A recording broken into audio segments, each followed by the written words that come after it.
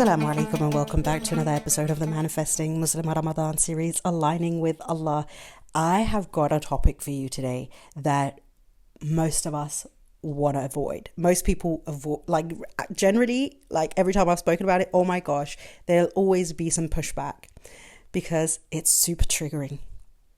Healing resentment towards Allah, being angry with Allah, being frustrated with Allah, carrying negative emotions towards Allah, but still being a believer, mind you. So this is not coming from a place of being a kafir and not believing Allah, but by having these feelings and emotions, mainly through something that you've gone through. Okay, so through experience, through trauma, through something that's happened to somebody very close to you, and having some emotions that can be very difficult to be with, especially because it's towards Allah. So it can feel really, really scary. And that's the conversation today. So get comfortable. Get comfortable because we're going to go in. Okay. Okay.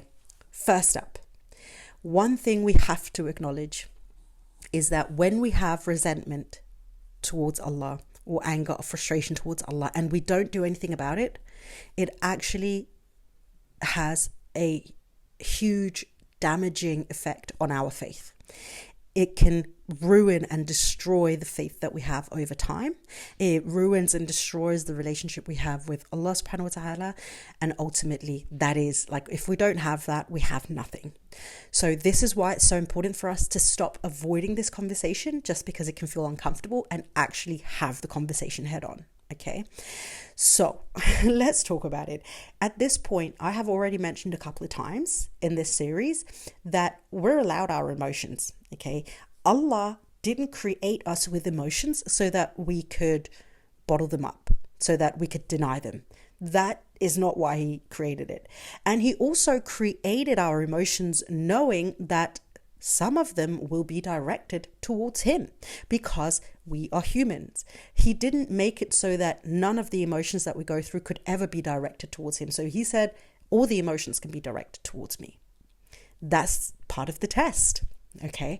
So if we're allowed our emotions, and in fact, we can do a lot of emotional regulation with Allah and through Islam, then that also means that some of those emotions include resentment, anger, frustration, annoyance, being fed up.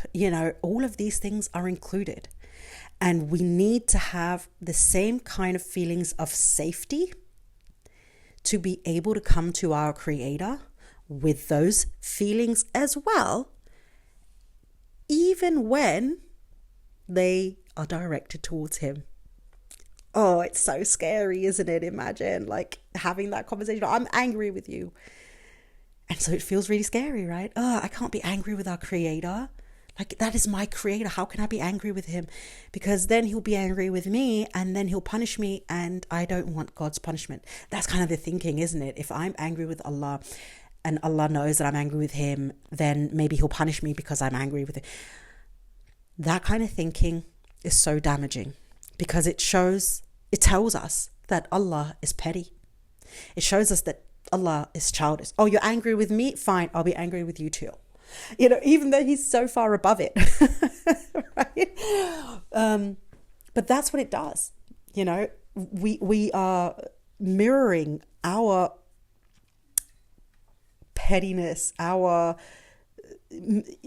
small-mindedness onto Allah, because that's what we do as humans. And so it's important for us to continuously remind ourselves that Allah is far above and beyond anything like that. So it's safe for us to come to Allah with those emotions, even when they're directed towards Him. Okay? Allah is not going to react to us the way that another human person in this dunya will. If I come up to you and I'm angry, you're probably going to get defensive. And so you're probably going to react towards me in the same kind of way. If I come up to you shouting, you're not going to be like, oh my God, I love you. Thank you so much for shouting in my face. You're probably going to be like, yo, hold up. Take a couple of steps back. I need you to just, calm yourself down for a minute. And if I continue shouting, I'm so angry with you for this, at some point or another, you're going to get defensive and you're probably going to shout back.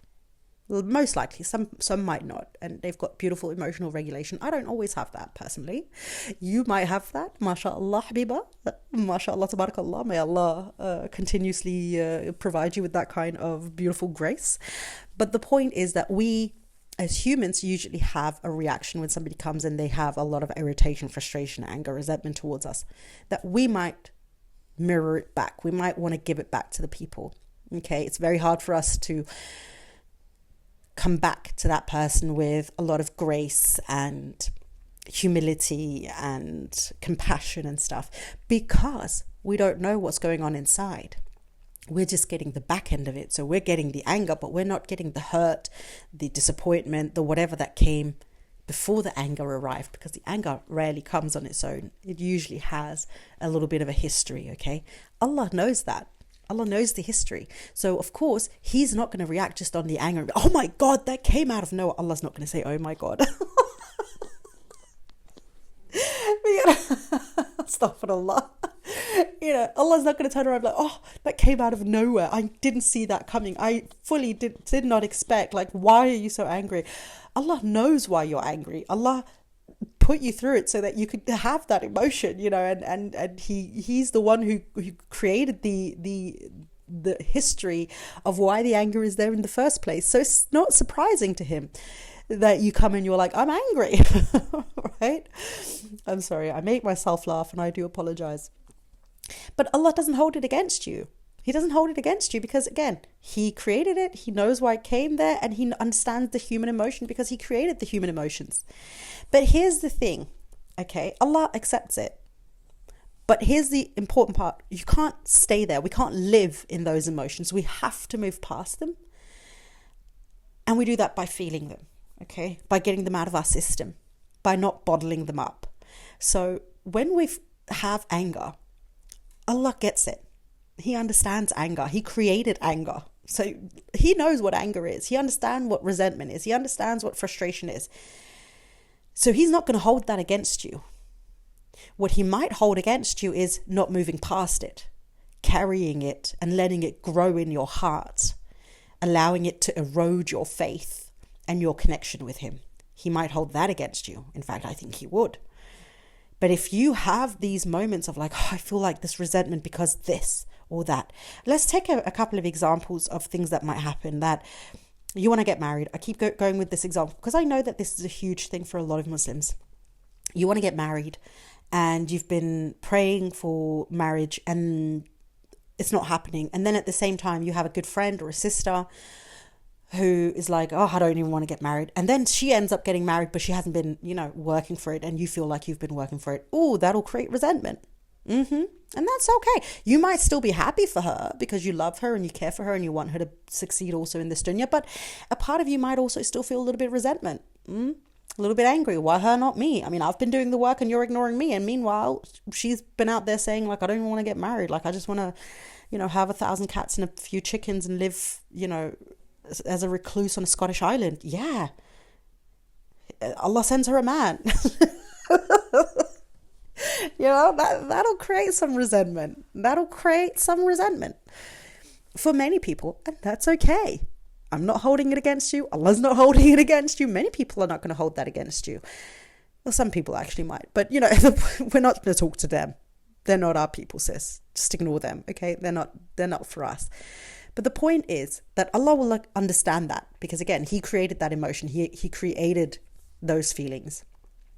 But what Allah's not going to accept is you then saying, I'm not going to come to you, Allah, with this frustration, resentment, this anger that I'm feeling because it doesn't feel safe to me. I don't feel safe being close to you, close enough to you to allow myself to feel what I'm feeling. So I'm just going to hold it in. And then I'm not going to deal with it. I'm not going to talk about it. I'm not going to do anything about it to kind of work through it. So I'm just holding on to it because for some reason that feels safer to me. And then some time passes and then it happens again with another sister or another friend. And then they get married. So now, you already had a little bit of that resentment and it's still not, been worked through. So now you're adding a little bit more resentment. And so can you see it starts growing? It starts growing. Oh, Allah's doing it again. Allah's ignoring me. Allah clearly doesn't like me, or he wants me not to be married, or he's, whatever, bullying me, whatever it might be that's coming up, the kind of thoughts. And again, you're not having the conversation. And ultimately, through some time, that resentment creates some thoughts and a mindset and an idea of who Allah is to you that is not very beautiful anymore. So this is why we can't let that happen. We have to feel the things that we're going through, even the ugly things, the conversations we don't want to have with Allah. I'm angry with you because you allowed my marriage to break up. I'm angry with you because you allowed my child to get sick and pass away. I'm angry with you because you put me in a family that doesn't respect that I've converted to Islam, and they're not making it easy for me. I'm angry with you because X, Y, and Z, fill in the blank. You probably have your own thing. I'm angry with you because I want to have success in this dunya, but you made me live in a world where my opportunities are restricted. Right? Horrible emotions to have in the moment. It can feel so horrible. It can feel so uncomfortable. But if you don't actually work through them, and you work through them by having them, by allowing yourself to be there and say, Allah, I'm feeling this. I don't want to feel it, but I'm feeling it. And then talk your way through that. Talk your way through the emotion. Allow Allah to know why it's there. So it's not just I'm angry with you. Tell Allah why. Give your reasoning, and then keep coming back to who Allah is. So these conversations, you always, again, we don't want to end it there. We don't want to live in that emotion. So we always end it again like, I'm angry with you, but I know you've got a bigger, better, more blessed plan for me. I carry this resentment right now, but I trust that you're having me go through this because there's something you want me to learn. So even though it's hard for me right now, I trust that in the future, I'll be able to look back and be happy with the choices that you've made for me that I couldn't make for myself. I'm frustrated right now, but I truly believe that you're not putting me through something unless there's a reason behind it. But it's still hard for me as I'm going through it. And I know that you can accept that. But I still have the trust. I still have the faith and believe in you. But I just need to put it out there. I just need to not bottle up my emotions. I just need you to know that I am aware of what's going on inside of me, and I'm capable of regulating myself with you, the safest place that I can do it, and move past it. Okay. It's a very uncomfortable conversation to have the first few times that you're having it, because it can feel dangerous, especially if people have been telling you, oh my God, astaghfirullah, you can't be angry with Allah, because Allah's going to be angry back at you, or, like these kinds of very narrow-minded opinions. So it's important for us, again, that it comes from a place of trust and safety. So when we know Allah and we've done our due diligence to get to know Allah, now it becomes safe for us to have very honest conversations, even those conversations that we otherwise might have wanted to avoid having in the first place. Okay? The important thing, and I want to really stress this, you're allowed to be angry. You're allowed to have the resentment. You're allowed to be frustrated. All of these things towards Allah.